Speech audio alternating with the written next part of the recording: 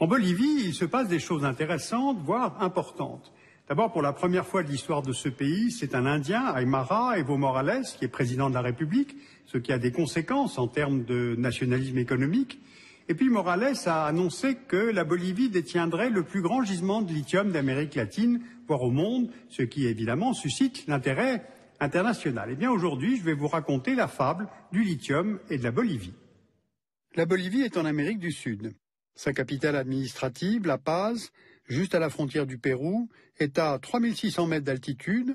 On s'y pose sur le plus haut aéroport international au monde. En descendant entre des montagnes qui font plus de 6000 mètres, on est en pleine cordillère des Andes. La Bolivie est un État enclavé qui fait un peu plus de 1 million de kilomètres carrés pour 10 millions d'habitants. Alors justement, qui sont les Boliviens?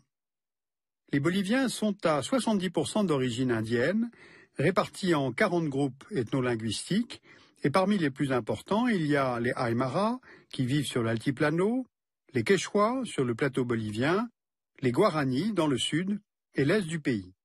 Les autres 30% de la population sont des descendants des colons espagnols et de métis. Ils résident plutôt dans les grandes villes, La Paz, Sucre, Santa Cruz, et ils forment depuis toujours l'élite politique et économique du pays. De l'autre côté, les Boliviens d'origine indienne sont restés en bas de l'échelle sociale, même après l'indépendance du pays. Ils ont été au fil des décennies expropriés des terres agricoles les plus fertiles et ont souvent été forcés à travailler dans les mines. La carte qui indique les régions où la pauvreté est la plus forte en pourcentage de la population est par superposition quasiment la même que celle où vivent les populations indiennes. De manière générale, le revenu moyen par habitant dans le pays est faible, 4 000 $ par an en moyenne. Et pourtant, la Bolivie est un pays riche. On voit sur la carte où se trouvent les ressources en étain, en zinc, en argent, cuivre, fer, or, il y a aussi du pétrole, on voit les réserves en gaz. Ces ressources minières ont depuis toujours été exploitées par les puissances extérieures de deux types. Les colons espagnols, qui à partir du XVIe siècle exploitent les célèbres mines d'argent du Potosí, et puis les multinationales étrangères. Le brésilien Petrobras, le groupe espagnol et argentin Repsol, le français Total, qui au XXe siècle investissent puis exploitent le pétrole et le gaz bolivien. En fait, la Bolivie a tout à la fois peu profité de ses richesses, le pays est assez peu industrialisé, et en même temps, elle reste dépendante de ce secteur minier. Il forme 14% du PIB bolivien et représente 74% de la totalité des exportations du pays. Alors cette politique économique du tout export a fini par engendrer des tensions sociales majeures dans le pays. En 2003 a eu lieu ce qu'on a appelé la guerre du gaz. Les autorités boliviennes avaient prévu de construire un gazoduc qui aurait permis l'exportation du gaz bolivien depuis les gisements de Tajira vers le Mexique, les États-Unis en passant par le Chili, mais la population bolivienne s'est opposée à l'exportation de ce gaz, un tel mouvement de refus symbolisant la lutte contre un État et une société dirigée, si on résume, par une élite blanche, libérale, corrompue et excluant les Indiens. 2 ans plus tard, en 2005, Evo Morales a été élu président du pays. Morales est un Aymara. C'est la première fois qu'un Indien devient président de la Bolivie. Il a été auparavant leader d'un mouvement syndical représentant les cultivateurs de coca. Dès son élection, les hydrocarbures sont nationalisés et les revenus issus de la production ont été renégociés à la hausse par le gouvernement. La répartition qui prévalait pour les revenus du gaz, 82% pour les compagnies étrangères, 18% pour l'État bolivien, a été exactement inversée à l'avantage de l'État bolivien. En 2009, une nouvelle constitution a été approuvée par référendum. Elle ajoute au nom de Bolivie, donné en l'honneur de Simon Bolivar, le libérateur de l'Amérique latine dans les années 1810-1820, celui d'État plurinational en référence aux peuples indiens.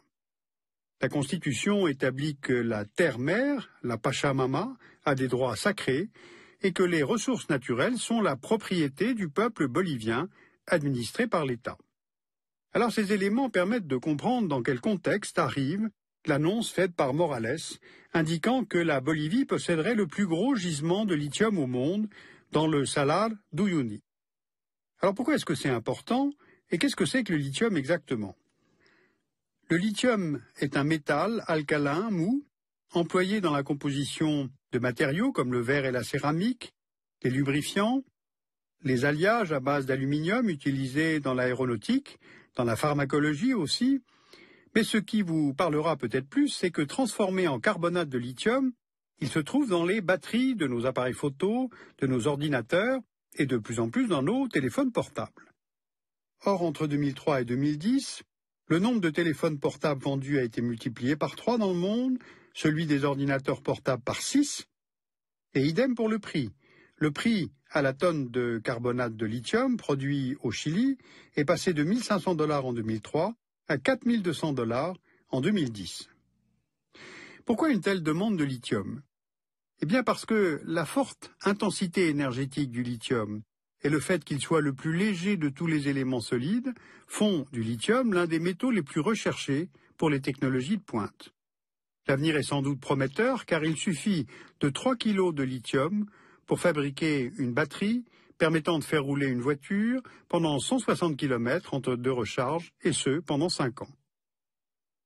Donc vous l'avez compris, l'approvisionnement en lithium, en minerai brut ou transformé en carbonate de lithium, est un enjeu économique qui ne cesse de croître. Alors où est-ce qu'on trouve du lithium? On voit sur la carte les principaux pays où la présence de lithium est sûre. À l'état naturel, il est emprisonné dans des roches magmatiques, comme au Canada, aux États-Unis, dans l'ouest de l'Australie, dilué dans les saumures sous la surface, après assèchement de lacs salés, comme sur le plateau tibétain, ou dans ce qu'on appelle encore le triangle du lithium.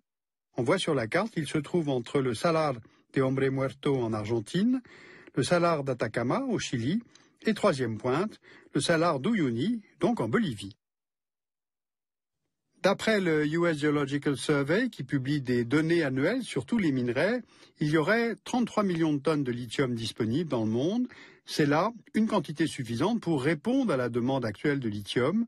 Et pour d'autres experts, en revanche, la production de lithium ne pourrait pas suivre la demande créée par le développement exponentiel des téléphones portables et peut-être à terme par la filière des voitures électriques.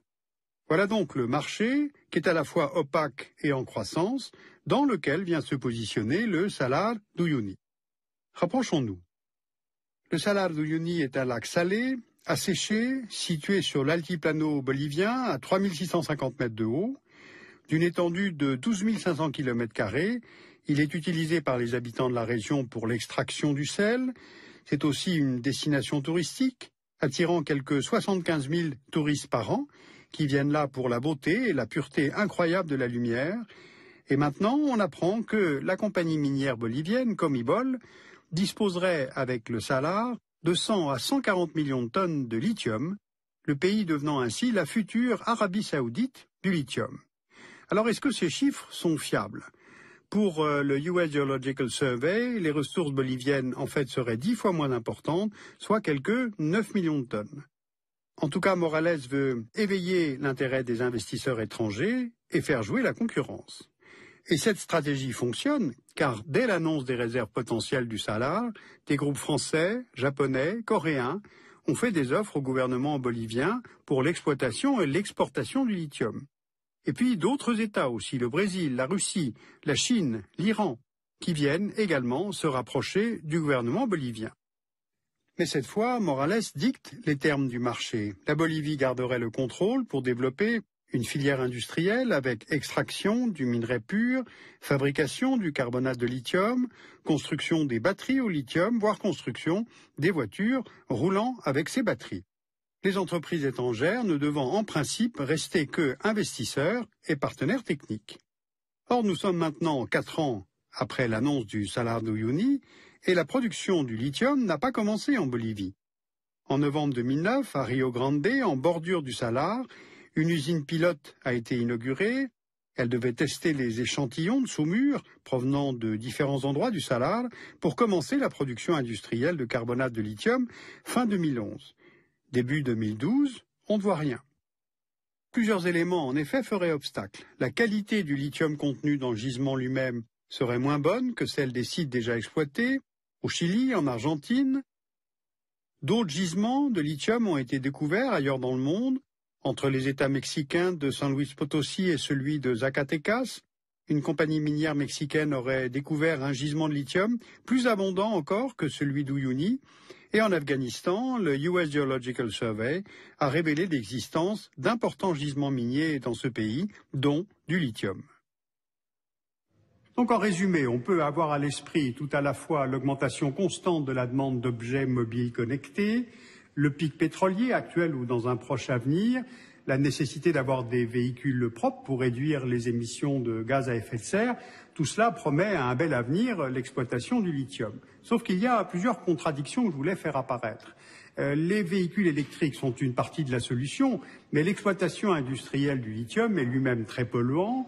Dans un contexte tout à fait spécifique, l'écosystème du salar d'Uyuni, sans même parler du recyclage des matériaux qui composent les batteries électriques. Alors est-ce que ce lithium bolivien est un fantasme politique ou un vrai potentiel économique? En tout cas, il m'a semblé que cette fable du lithium et de la Bolivie soulignait bien les impasses industrielles que nous allons devoir dépasser.